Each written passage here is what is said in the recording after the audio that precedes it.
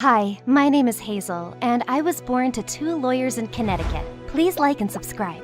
Ever since I could remember, I was told 2 things about me. First, I was really beautiful, like Disney princess movie star beautiful. And second, something was seriously wrong with me. I was different from every single person around me, even my parents. It started with small incidents, like Mom asking me how she looked in a really hideous dress. I told her the truth.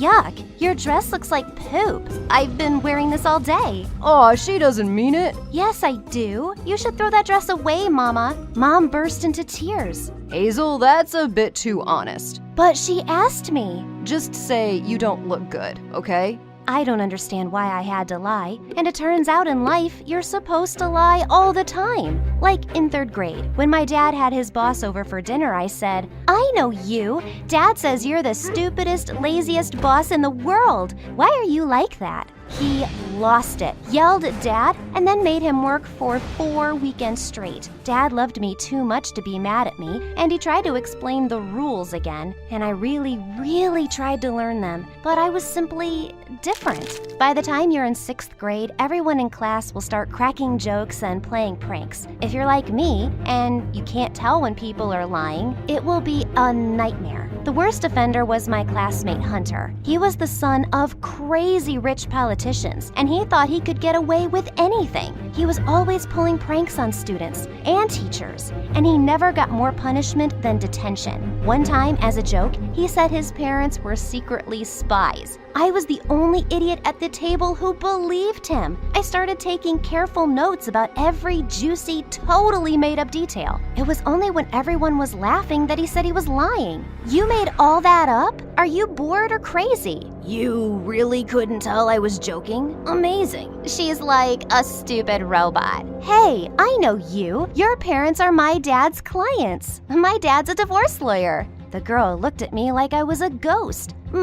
My parents are getting divorced? Yes, didn't they tell you? She just ran away. So beautiful, yet so heartless. What? People were inching away from me, looking disturbed. Did I say something wrong? You're fascinating. Are you from another planet? I didn't have time for his jokes. By the end of the day, the whispers were everywhere. Hazel's scary. She's pretty, but she's crazy. Hazel's the rudest witch on the planet. My tongue was cursed. It either made people hate me or fear me. By the time I was in 11th grade, even my teachers wanted to shut me up. One time, a teacher started yelling at me for correcting her in the middle of class. Why should everyone note down the wrong answer just so you don't feel bad? I wish your manners were as nice as your face. I wish you wore a nicer wig. We can all tell you're bald. Detention now!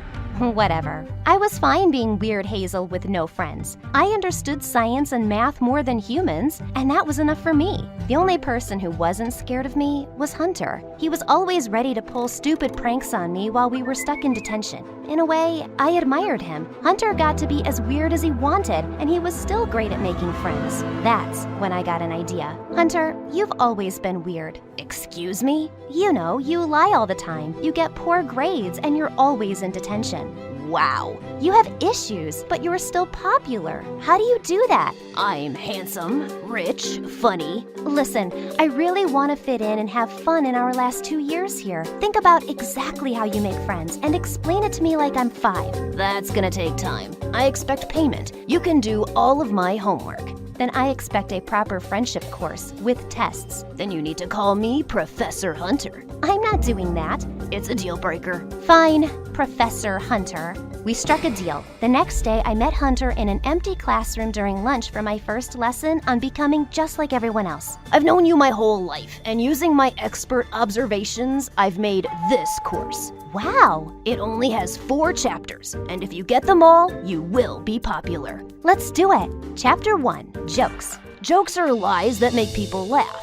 You can't tell when people are lying, so just laugh if the other person laughs. What if they're laughing at me? Then look like you don't even care. Trust me. We made a list of all the jokes I could use on people, and I practiced them on him for hours. It was hard to get the right tone. There was a new girl in my class, Stacy, and she hadn't heard any of the rumors about me yet.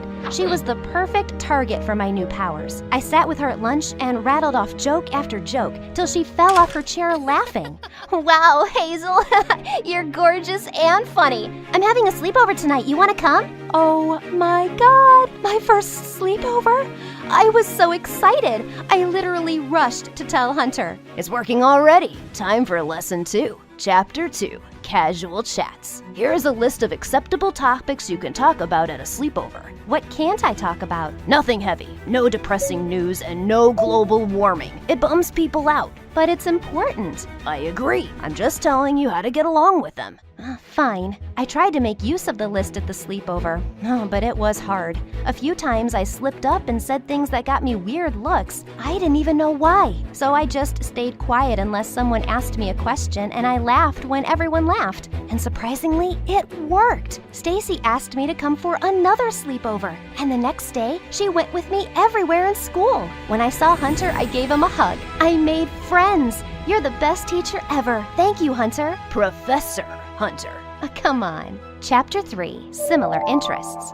On Hunter's instruction, I had to do things Stacy liked with her. She was a huge gossip, and even though it made me feel weird, it made her wildly popular in school. She lived at the mall, which was noisy and overwhelming to me. Still, I went with her and made friends with lots of other girls in my class. Then she dragged me from store to store, trying on clothes till I was exhausted. But hey, everyone thought I looked stunning in my new outfits. I slept for 13 hours to recover from that day. And then Stacy dropped a bombshell on me. She wanted to set me up on a date. He's in chemistry with me. He's super cute. In return, you can set me up with Hunter. He's your friend, right? Yeah, he is. Well, he's totally hot and really popular, so I'll go out with him. Can you ask him for me? I said yes and hung up.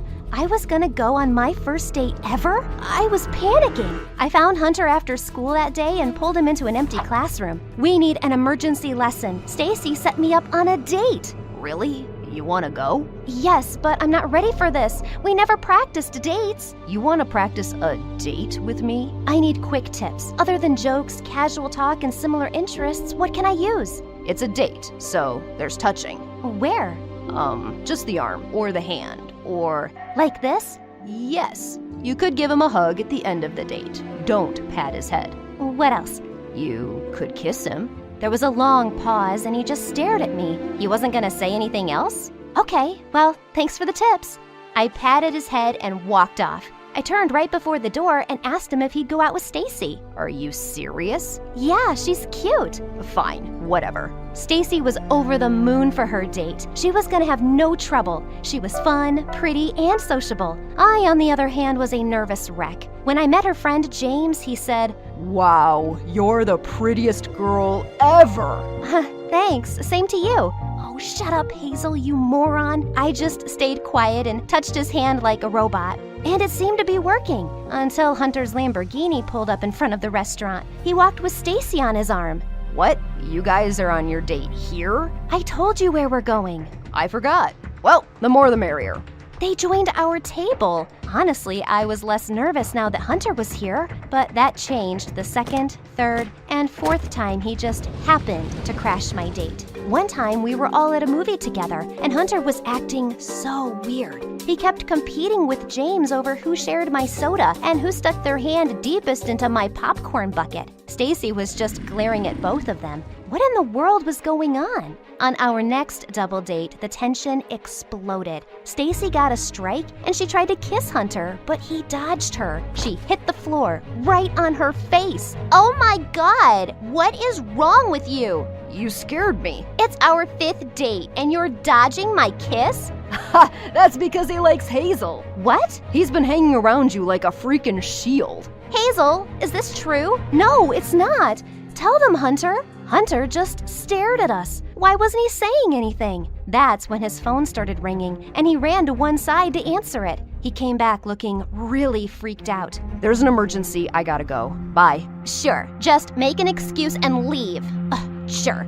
Stacy was so furious, she was gonna melt. I was worried. I'd never seen Hunter look so scared. I called him many times, but he didn't pick up. He didn't even respond to my messages. When he wasn't in school the next day, I knew I had to go see him. That weekend, I went to Hunter's mansion for the very first time. It was huge. I pretended he had a school emergency so his butler would let me in. I could hear crazy shouting from the house. I looked up to see Hunter's parents arguing like there was no tomorrow. I only had to listen for a minute to know what happened. Hunter's dad had been cheating with several different women, and now his parents were in a full-on battle. I tried to creep out of there, but Hunter's dad spotted me. Who is this? How did you get into the house? I'm sorry, sir. I'm a friend of Hunter's. Hazel, you can't be here. Your parents are getting a divorce? Is this why you're not coming to school? Yes, but you can't tell anyone. I'm sorry your dad's a cheating jerk. Excuse me? You don't know anything. I literally heard you say cheated, so you're a jerk. Get this girl out of my house! I raced out of there before he really lost it. Hunter was actually laughing. No one's ever talked to him like that. You're amazing. Thank you. I think I'm in love with you. My heart skipped a beat. What? It's a joke. Oh, good one. I left, feeling really confused. Was he really joking? I shook the idiotic thoughts away.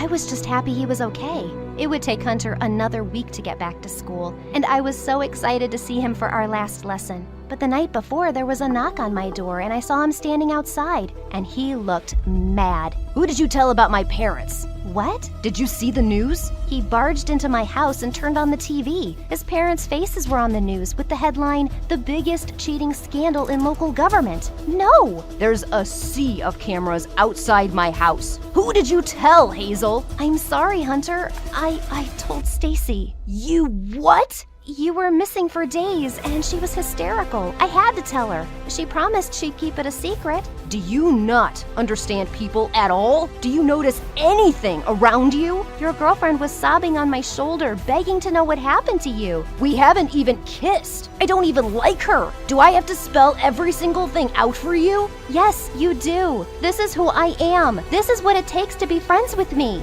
Hunter stormed out of the house, and I couldn't hold back my tears. I'd done it again. It was my own fault for thinking I could ever understand all the rules, no matter how many classes I took. Hunter didn't come back to school, and when I saw Stacy, I grabbed her by the collar. Did you sell Hunter out? Yes, the news channel gave me a nice price for the story. What is your problem? Hunter is a player, just like his dad. And you were acting like my friend while flirting with him the whole time. I wasn't. It was obvious. You think you can steal him from me just 'cause you're pretty? You're delusional, and you might have ruined Hunter's life. Good, he deserves it. I slapped Stacy across the face. I can't believe I tried so hard to be your friend. You're pathetic. I locked myself up at home, and thankfully my parents let me take a few days off school to sit in guilt. Guilt for betraying Hunter, for trusting Stacy, for being born a stupid, clueless dummy. This was the saddest I'd ever been, and my parents decided to take me to a therapist. When I first learned that I had social communication disorder, I was scared. I wanted to get out of this. But once I met other fun, amazing people with my condition, I didn't feel so alone anymore. When I came back to school after my break, I had new energy and confidence. To my shock, I heard that Stacy was gone. When Hunter's dad found out she leaked his scandal, he got her expelled from this school. Karma. I searched for Hunter all day, but I couldn't find him. Was he still skipping school? Then suddenly, it hit me. I found the closest teacher and said, "I'm gonna bunk all my classes today." What? Classes are boring, and YouTube is God. Well, there's no YouTube in detention. Yes! The moment I entered the room and saw Hunter's adorable face, I jumped on him. Hunter! Hazel, you're back. No hugging in detention. Sit far apart. Far! We had to sit 3 seats away, but Hunter still told me how things were at home. His dad had moved out, but they were doing better than before now. And I told him all about my break. I'm so sorry about everything, Hunter. I know you must hate me, and I deserve it. I betrayed your trust. I don't hate you. You didn't do it on purpose. Still, I ruined everything. My dad ruined everything. You just told the truth. It's not your fault everyone else lies. So, you're not mad at me? Not after I yelled at you for something you can't control. I'm sorry about that. Can we be friends again? I miss you so much. What do you miss about me? Your stupid pranks, your jokes, your smile, and I like myself better when I'm with you. Suddenly, Hunter crossed the space between us and kissed me. Oh my God! Wanna go out with me? Yes. Good. He kissed me again, and our teacher screamed, "No kissing in detention!" You're the most handsome little boy in the universe, were words I heard my mother say almost every single day since I was born. I was the only child, and I think that my mom got pregnant just after she married my dad. They never really had much time alone before I came along. My mom treated me like a little prince, but my dad was never really affectionate. I remember waking up from a bad dream when I was 4 years old. I was too afraid to stay in my room, so I walked to my parents' room. They were arguing about something, so I stood behind the door to listen. I may not remember the argument word for word because it was a really long time ago, but it went something like this. "I don't know why you can't be nicer to Tori. He's a lovely boy," my mom said. "I don't like him," my dad replied. Then the lights went off and they went silent. This was worse than the nightmare I was trying to escape from. Why didn't my dad like me? Before I continue my story, please don't forget to like and subscribe. Hit that notification bell and you will never miss out on any of our exciting stories. After that, my mom continued to treat me kindly, but my dad became colder and colder. Then, one day at dinner, my mom said she had some exciting news for us. "I have some great news for the two amazing gentlemen in my life. Tori, you're going to be a big brother. I'm pregnant," she said. My dad's eyes lit up. "Finally," he said, like I didn't already exist. Months passed and my mom found out that she was having a girl. My father became the happiest man in the world. When Diana was born, my mom hired a nanny to take care of me while she spent all her time and energy on the baby. My dad even stopped working for a few months just so he could spend time with her. It was only about a year later when I realized my parents hadn't bought me anything new for a long time. My clothes were getting too small and my shoes hurt my feet so much that I couldn't stand wearing them. It's not that they became poor or anything. My parents had pretty good jobs and they spent loads of money on Diana. Almost every day, my mom would come home excited about a new outfit or pair of sparkly princess shoes that she'd bought for her baby girl. My dad stopped at the toy store at least 3 times a week to buy something nice for her. As Diana and I continued to grow, it was almost like I became invisible. I was nice to my little sister because she was really cute and she loved me too, but my parents treated me like I didn't exist. I think one of the worst years of my life was when I was 15 years old. I went to the lousiest school in the district and I had to wear the same 2 outfits all the time because my parents said that getting me new stuff was unnecessary. My sister, on the other hand, went to the most luxurious private school in our country. She had to wear a uniform and it didn't make sense to me why she had 10 of them. 10 uniforms, exactly the same outfit. If she had only one, nobody would be able to tell because they were all the same. But my parents decided 2 were enough for me. Anyway, that's not the worst of it. To take my mind off my situation, I'd often play basketball with the guys from my school. They lived in a different neighborhood that was sort of dangerous, but my parents didn't care if I went there. "Tori, you helped us beat them again, man," my best friend Jay said. "Yeah, you've got the height, the skill, everything. You're the next Michael Jordan, I'm sure," Marcus added. "Guys, come on. And besides, my parents would never pay for me to get proper training," I sighed. "You don't need to be professionally trained if you already have so much talent. Just do your best on the basketball team, and I'm sure some college will pay you to play for them," Jay said. I felt happy to have such positive friends. I know that guys are always teasing each other and saying the most horrible things, but mine weren't like that. As I walked home that evening, I felt optimistic. Maybe I could make something out of myself and my life could change. Maybe one day I would be able to afford all my own stuff, so I wouldn't have to depend on my parents who didn't care that I existed. As I walked towards my house, I noticed something really strange. All of the lights were off. My family was usually home by that time. I tried to open the front door, but it was locked. I knocked and knocked, but no one answered. Maybe they just went to dinner or something, I thought. I sat on the front step and decided to get started on my homework. Miss Garcia had given us Spanish homework again. I swear she was the only teacher who cared enough to give homework, and I was annoyed every single time. I finished my homework and looked around my neighborhood. It seemed like everyone was going to bed already. I didn't have a cell phone or a watch, so I had no idea what time it was. I was getting really tired and irritable. I tried to open the door again, and when it didn't work, I picked up a stone and smashed the front window. The alarm went off, and I hurried inside to turn it off so the police wouldn't have enough time to be alerted. Then I checked the clock. It was almost 11. Where on earth could they be? Diana's bedtime is 8 o'clock. I hope she's not in the hospital or anything, I thought. I had a shower and went to bed. The next morning, my house was empty. It seemed like nobody came home the night before. I shrugged, got ready for school, and left. I had an awesome day because the counselor came to our homeroom session to talk about sports scholarships. Apparently, if I was really good at a sport, I could get a full scholarship to study at a good college. Then I'd be able to get a really great job, or even better, I could be picked up for an awesome team. See what I was telling you yesterday? You're gonna make it big. Jay nodded to me from the next seat. I felt optimistic for the rest of the day until I got home and realized that my family hadn't returned. Luckily, the fridge was full, so it was easy to make myself something to eat. But I kept wondering if they had abandoned me, or what would happen if they never came back. Would I be taken away to live in an orphanage or some strange foster family? After a week, they still hadn't returned, and I jumped to the worst case scenario. My parents had been kidnapped and they were going to be murdered. I had to do something to help them. I used the house's landline and told the police that my family had been missing for a week. They said they would come to get more details, and I gave them my address. I sat on my couch anxiously. Then I heard police sirens. Phew, they're here, I thought. At the same moment, the front door opened and my mom, dad, and Diana walked in looking as happy as ever. My sister was dressed like Minnie Mouse and she was holding a huge plushie. My mom and dad had matching Mickey Mouse hats and t-shirts. Tori, I missed you so much. We had so much fun at Disneyland. I wish you were there, Diana said as she ran to give me a hug. My heart shattered into 20 million pieces. Did they really go on vacation without me?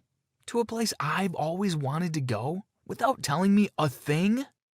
The police walked in right after my parents. Young man, I thought you said your parents had been kidnapped, a tall male officer said. Well, that's what I thought. They left me alone for an entire week. I thought they had been hurt, but it turns out that they just went on vacation without telling me a thing, I said, nearly crying. Our son is not too well in his head, officer. I'm sorry. We've been here this whole time. I don't know what he's talking about, my dad said while looking at me angrily. Then how do you explain all this luggage and the matching clothes? The officer replied. We play dress up like this sometimes. It's no big deal. We're sorry our son has wasted your time, my mom said. That doesn't make much sense. We'll investigate the matter, but for now, we have to attend to more urgent matters. The officer laughed. Then, as if nothing happened, my dad said to Diana, What do you want for dinner, honey? I was infuriated. I went to my room, locked the door, and didn't come out for the rest of the night. The next morning, I heard a knock on my door. I opened it and saw my mom standing there with a plate of pancakes. I brought you some breakfast. I'm sorry we left without telling you anything. I need to discuss something important with you, she said. What? I replied. You're becoming a major expense. We need you to get a part-time job so you can pay for your own stuff. Are you serious? You're my parents. You're supposed to take care of me. Besides, I'm only 15. Is it even legal for me to work? Legal or not, we've already found you a job washing dishes at Robbie's Diner downtown. That week, I had to work from 3 to 7 each day. After school, I had to run to the diner because if I got there even a minute late, the boss said he'd deduct money from my pay. My mom created a little section in the fridge and taped my name on top. She told me I'd have to buy my own food and store it there, and that I wouldn't be able to touch or eat any of their things. I really couldn't understand why my parents hated me so much. I thought about how nice my mom was to me when I was little and couldn't understand what had made her change. Weeks went by and I became tired and extremely depressed. Tori, you haven't been yourself these past few days. What's wrong? Jay asked one afternoon as I was rushing out of class so I could get to work. At that point, I sort of broke down and told him how my new schedule was so stressful. Well, I think you need a break from all that. I'm sure your boss won't mind if you miss one day. Let's go shoot some hoops. You'll feel much better, he said. I agreed, and we met up with our other friends and headed to the court. I had a lot of fun, and by the time we were finished, my shift at the diner was already over. I walked home feeling better than I had in days. As soon as I opened my front door, my dad stared at me angrily. "Who told you that you could miss a day of work? It took a lot of effort to get you that job, you know," he said. I didn't bother to reply. I rolled my eyes and walked up to my room. When I opened the door, the room was empty. "What the?" I started. "Tori, watch your language. Your sister is around somewhere," my mother said as she walked in my direction. "Where's all my stuff?" "I could have sworn I told you already. We've moved you to the basement so we can use this room for Diana's second playroom.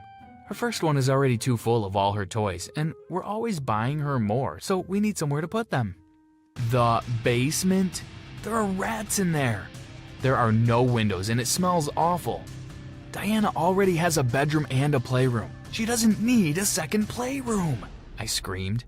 I stormed out of my house with tears in my eyes.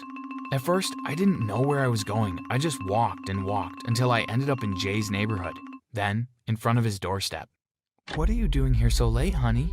his mom said as she answered the door. Jay appeared behind her. "What's wrong?" he said. At that point, I realized I'd never spoken to anyone about what I had been going through. I told them every single thing while sitting on their couch, then covered my head with my hands because I was so embarrassed. Jay and his mom sat in silence for a while. Then Jay had an idea. "Mom, we live alone now that my sister's gone to college. Can he stay here? After what he told us, I'm sure his parents won't mind," he said. "Well, I certainly wouldn't mind," she replied. She called my parents that night, and they seemed so relieved that she was willing to take me off their hands. A few months later, my mom showed up at my school and asked to speak to me in the counselor's office. She tried to explain the whole thing. She spoke about being so happy when I was born, but as time went by, I began to resemble one of my dad's brothers, a brother he hated with a passion. Apparently, he had a very difficult childhood, and his brother was always treated better than he was. It reached a point where he could no longer look at me because I reminded him so much of that brother. He always thought that it would be better to have a girl because he didn't have any sisters he could compare her to. My mom explained that she was sorry and that I was not responsible for choosing my own looks and that they should never have treated me so horribly. In the end, she broke down into tears and said that if I came home, she'd promise to get a divorce from my father and that we could start over. For my sister's sake, I decided not to go home. I told her I was comfortable at Jay's house, but I could still hang out with her and Diana on the weekends. I've refused to go anywhere near my father, and I don't know if our relationship can ever be fixed. For now, I'm focusing on developing my talent. The next time you hear about me, I'll be a really famous